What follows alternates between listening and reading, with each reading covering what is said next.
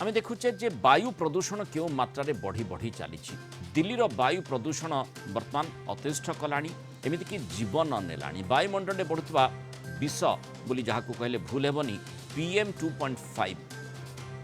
लोकों जीवन केमिति नेउछि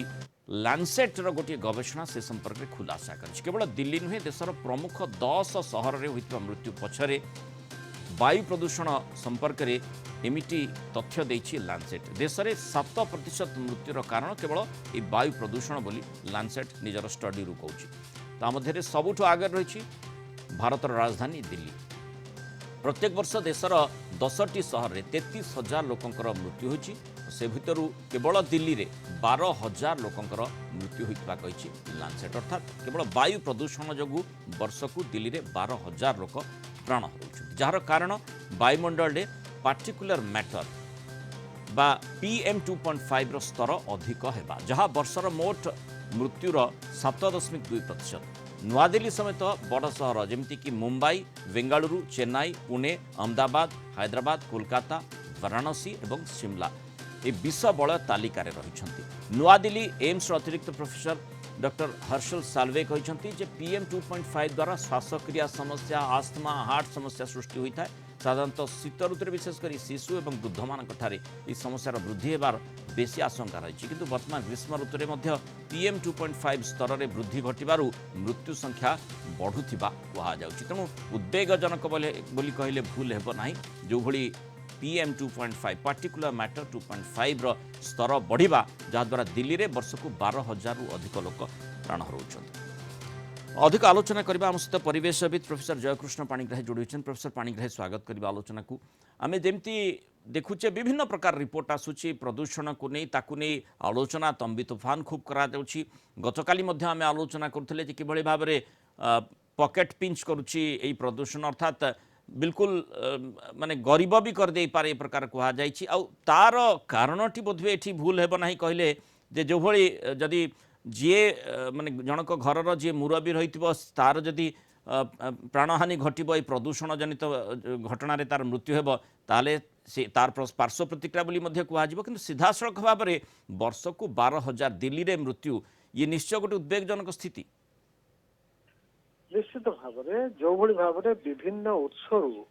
प्रदूषण मात्रा दिन को दिन वृद्धि पाउछि विशेष भाव आम वायु प्रदूषण कथा बर्तमान आलोचना करुचे जानवाहन संख्या वृद्धि पाई चलती कल कारखाना बढ़ुची अन्य उत्स जो थे कोयला पेट्रोल प्राकृतिक बाष्प इत्यादि बहु परिमाण व्यवहृत होउछि ता सहित निर्माण कार्य चली जो थे सीमेंट बाली गोड़ी इटा इत्यादि व्यवहृत होउछि से रास्ता जमिकी रोची गाड़ी चलले भांगिकी छोट छोट कणिका पदार्थ रे परिणत होउछि माने ए जो PM2.5 कहउछन्ती एथुरु सृष्टि हाँ PM2.5 अर्थ होउछि पार्टिकुलेट मैटर बा छोट छोट आखि को देखा जाउ नथिबा कणिका पदार्थ जार आकार 2.5 बा 2.5 माइक्रोमीटर रु कम तेणु साधारणतः ये सब आखि को दृश्यमान हुए नहीं आउ टिके आकार रे बड़ हेले PM10 आमे ताकू कहूची पार्टिकुलेट मैटर बा कणिका पदार्थ जार आकार 10 माइक्रोन बा ताठू छोट रहूची ये सब कणिका पदार्थ जानवाहन चलाचल करू बा शिल्प कल कारखाना हो बा अन्य उत्स हो वायुमंडल को निर्गत होउची एवं वायुमंडल रहितवा समय रे ये सब कणिका पदार्थ रे अन्य प्रदूषक पदार्थ विषाक्त पदार्थ विभिन्न प्रकार गैस जेमिति अंगारकाम्ल हो बा sulphur dioxide nitrogen dioxide ozone हेई पारे बा भारी धातु सीसा जोटा कि अत्यंत क्षतिकारक से हेई पारे विभिन्न प्रकार विषाक्त पदार्थ ये जो छोट छोट कणिका पदार्थ वायुमंडल रे घूरी बुलुचंती ता सहित लागि जांती एवं ये सब निश्वास माध्यम रे आम शरीर रे प्रवेश करती फुसफुस मध्य प्रवेश कले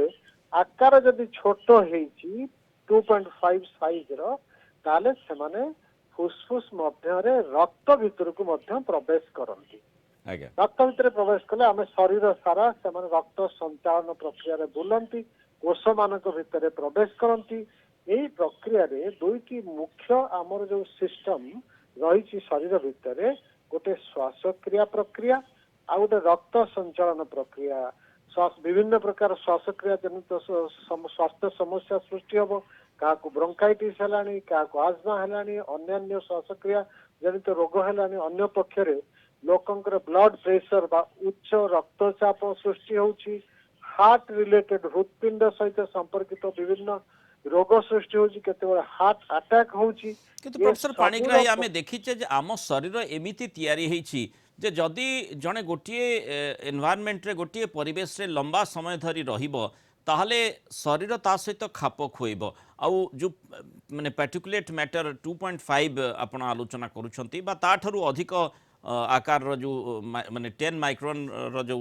PM210 यदि भी हुए तार प्रभाव को मध्य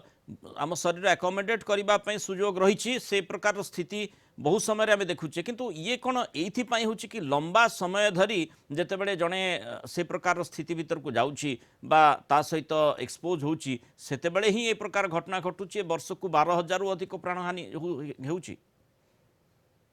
भाव आपण थरे अधे अल्प समय पाई जदि ए बढ़िया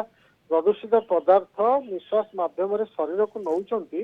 हुए तो आम शरीर भितर क्षमता रही किभली भाव में नष्ट करदेवाई किंतु जो माने धरंतु दिल्ली उदाहरण दौरान सेठी जो माने सबुदिन पाई बसवास करुचंती एबे कहा जाउछि ए प्रदूषण रो प्रभाव रे सेमानंकर आयुष 10 रु 12 वर्ष पर्यंत कमी जाउछि आयुष हानि होउछि ता छड़ा अन्य विभिन्न प्रकार रोग रे सेमाने प्रपीड़ित होउछंती तेणु लंबा समय धरी प्रत्येक दिन जदि ए प्रकार प्रदूषित पदार्थ आम शरीर मध्य को प्रवेश करे किछि समय पर आउ शरीर ताकू नष्ट करिवारे सक्षम हबो नै आ सेथि पई ए प्रकार मृत्यु घटुछि जेहेतु दिल्ली रे केवल जेमती आलोचना करा छि 10 शहर रे स्थिति निश्चय उद्वेगजनक रहिछि किंतु तारि भितरे दिल्ली रे मध्य जो स्थिति रहिछि ताहा चिंताजनक कारण वर्ष को जदि 12,000 लोक ए प्रदूषण जनित जो PM2.5 रो मात्रा बढ़िबा कथा कहा जाउछि तार प्रभाव रु हुए ताहले निश्चय गोटे गुरुत्वपूर्ण स्थिति तार मुकाबिला केमती करा जाई पारिबो वैज्ञानिक दृष्टिकोण हो बा सेठी लोकंकर अभ्यास दृष्टिकोण हो बा सामग्रिक भाव में सरकार जदि कौन पदक्षेप नहीं पारिबे ताहले निहाती भल हम किंतु ये गोटे अत्यंत आवश्यक विषय वस्तु जहाँ पर समस्त को सामग्रिक भाव में चिंता करने को पड़ो। बहुत धन्यवाद प्रोफेसर जयकृष्ण पाणिग्राही आलोचना रही।